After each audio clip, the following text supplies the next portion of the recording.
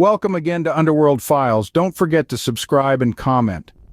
Today we're journeying into the shadowy realm of paramilitary groups. These clandestine organizations, often armed and functioning outside the bounds of conventional military structures, pose significant threats on a global scale. Their operations span across continents, seeping into the very fabric of societies, instilling fear and disrupting peace. From the dense jungles of South America to the arid deserts of the Middle East, these groups weave intricate networks of power and control. Their tactics are ruthless, their reach is vast, and their impacts are deeply etched into the annals of contemporary history. Paramilitary groups aren't just about brute force, they're complex systems, interlaced with politics, economics, and social dynamics. As we delve into this topic, we'll be uncovering some unsettling truths about their methods, their actions, and their chilling legacy. Stay tuned as we delve into the world of the most dangerous paramilitary groups. At number 5 on our list, we have the Mexican group known as Los Zetas. Emerging from the military's elite, Los Zetas were initially assembled as a private mercenary outfit for the Gulf Cartel, one of Mexico's most powerful crime syndicates. These men, once trained by Mexican special forces, were expected to provide security and enforcement to the cartel's operations. However, it wasn't long before they began to harbor ambitions of their own. Their expertise in military tactics and brutal enforcement methods quickly propelled them up the ranks in the underworld. Their rise to power was marked by a shocking level of violence and disregard for human life, a trademark that would soon become their calling card. With their newfound independence, Los Zetas expanded their operations. Drug trafficking, once their primary source of income, was now supplemented with other criminal activities. They began to kidnap for ransoms, smuggle people across borders, and even engage in human trafficking. Their brutality knew no bounds. It was a means to an end, a tool used to instill fear and command respect. Their acts of violence were not just limited to rival gang members. Ordinary citizens, politicians, and law enforcement officials were all fair game in their quest for power and control. Los Zetas' reign of terror did not stop at the Mexican border. Their influence quickly spread, their operations reaching as far as Central America and the United States. No place was safe from their reach and no person immune to their wrath. Despite efforts by the Mexican government to dismantle their operations, Los Zetas remain a formidable force. Their ability to regroup and adapt to changing circumstances is a testament to their resilience and strategic prowess. Los Zetas, a group that has sown fear across Mexico and beyond. Their story is a chilling reminder of the lengths some will go to in the pursuit of power and profit, and the devastation they leave in their wake. Next, we turn our attention to South America, to the Revolutionary Armed Forces of Colombia, or FARC. This group, founded in the early 1960s, was initially rooted in Marxist-Leninist ideology, a political philosophy that sought to overthrow the existing political and economic systems and replace them with a socialist state. Over the years, however, the FARC's goals and operations have evolved, often straying from their original ideological underpinnings. For over 5 decades, the FARC waged a violent insurgency against the Colombian government, a conflict that resulted in the loss of tens of thousands of lives and the displacement of millions more.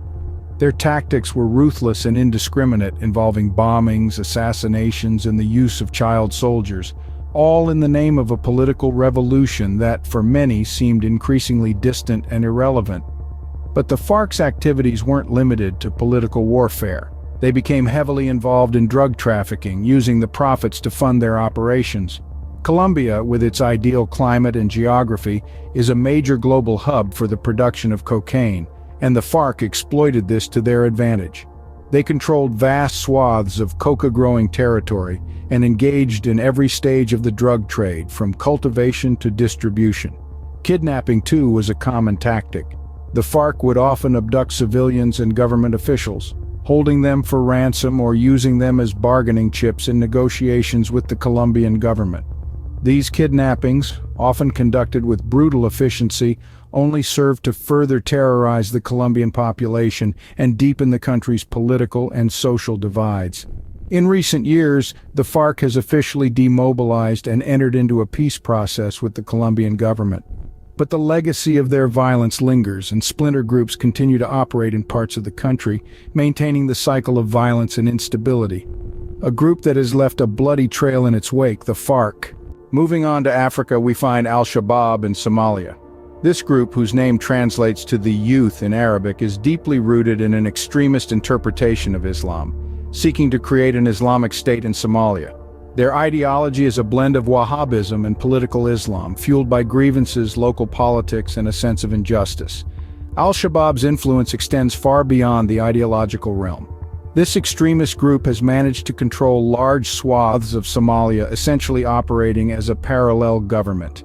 They've instituted a strict form of Sharia law in the regions they control, governing everything from social behavior to economic activities. Despite numerous military efforts to dislodge them, their grip on these regions remains firm.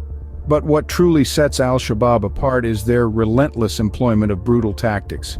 Suicide bombings and assassinations are common tools in their arsenal, used to spread fear and maintain control. These aren't sporadic acts of violence, they are calculated moves aimed at destabilizing the Somali government and weakening its alliances. Perhaps the most infamous example of their violent tactics was the Westgate Mall attack in Nairobi, Kenya in 2013. In a horrifying siege that lasted 4 days, Al-Shabaab militants killed 67 people and injured over 175. It was a chilling reminder of the group's reach and willingness to inflict harm far beyond Somalia's borders. The brutality of Al-Shabaab is further amplified by their recruitment of child soldiers, often through abduction. These children, some as young as 9, are thrust into a world of violence and indoctrination, forced to bear arms in the name of an ideology they barely comprehend. Al-Shabaab's reign of terror isn't confined to Somalia. Their influence and attacks have spilled over into neighboring countries like Kenya and Ethiopia, creating an atmosphere of instability and fear across the Horn of Africa. In conclusion, Al-Shabaab is a potent symbol of the havoc extremist ideologies can wreak when they take root in a society. Their violent tactics, territorial control, and recruitment of child soldiers make them one of the world's most dangerous paramilitary groups. Al-Shabaab, a group that has brought terror to the Horn of Africa. Our penultimate entry takes us to the Middle East, to the so-called Islamic State, or ISIS.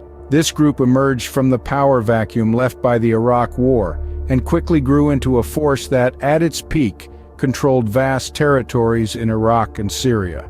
What set ISIS apart from other paramilitary groups was not just its territorial gains, but also its extremist ideology.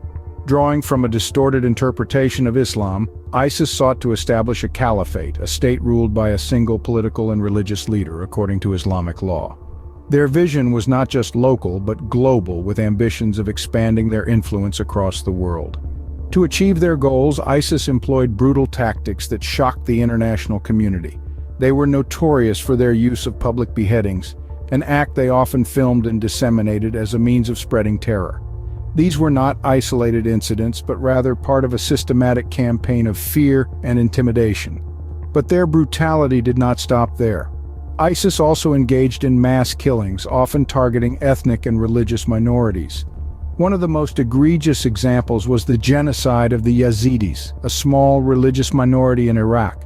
Thousands of men were killed, women were sold into sexual slavery, and children were forcibly converted to Islam. Despite their initial successes, ISIS's reign was short-lived. A global coalition spearheaded by the United States fought back, reclaiming territory and dismantling the group's infrastructure. By late 2019, ISIS had lost most of its territory, and its leader Abu Bakr al-Baghdadi was killed in a U.S. raid. However, while ISIS may no longer control vast territories, it has not disappeared entirely. The group has shown a remarkable ability to adapt and survive, continuing to inspire and carry out attacks around the world. ISIS, a group that has shocked the world with its brutality. Finally, we reach the end of our journey into the world of paramilitary groups. We've traversed the stark landscapes of power and fear, from the ruthless Los Zetas in Mexico to the relentless revolutionary armed forces of Colombia. We've peered into the shadows cast by Al-Shabaab in Somalia and the chilling specter of the Islamic State. These organizations are not just figures in the dark, they are stark reminders of the terror that can take hold when lawlessness prevails. Their terrible deeds and methods of operation serve as a warning, a call to action for all who value peace and justice. By understanding these groups, their motivations and methods, we stand a better chance to prevent their spread, to disrupt their operations, and to ultimately dismantle their networks of fear. Knowledge is power, and in this case, it's a weapon we can all wield. If you're enjoying the video, don't forget to subscribe and comment. Until next time, this is Underworld Files signing off.